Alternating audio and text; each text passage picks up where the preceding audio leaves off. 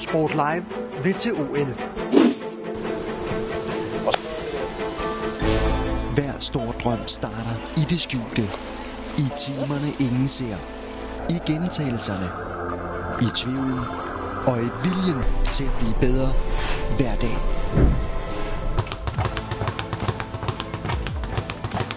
Her på Sport Live kommer vi til at følge nøje udvalgte danske atleter i jagten mod drømmen OL i Los Angeles i 2028. Atleter, der ikke bare træner for medaljer og berømmelse, men for at nå deres livsmål. Du kender dem måske ikke, men det kommer du til. Her er Lucas Esonga Ashira, et helt unikt talent i dansk boksning, som samtidig er søn af en tidligere OL-bokser. Nu sigter vi mod OL.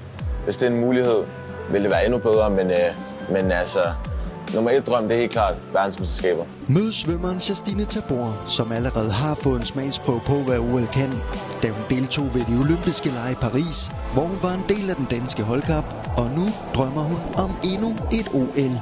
Hvis jeg kvalificerer mig til OL, så vil det være mega fedt. Altså, det er jo det største mål, jeg har lige nu.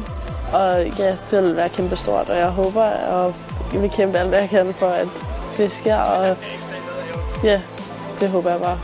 Og det her er Torbjørn Rask fra Silkeborg Kajakklub. Torbjørn kommer ud af en stærk kajakfamilie og viste tidligere på efteråret klassen, da han vandt DM på Bagsværd Sø i september måned. Så drømmer jo også om at komme til OL. De næste 4 år skal der bare træne fokuseret og træne i skømmen og gå efter en drøm. Sport Live vil til OL er en serie om mennesker, der kæmper for mere end bare resultater. De kæmper for en drøm. Du kan være med på rejsen lige her på Sport Live. Så er du klar til OL? Ja, det bliver vi.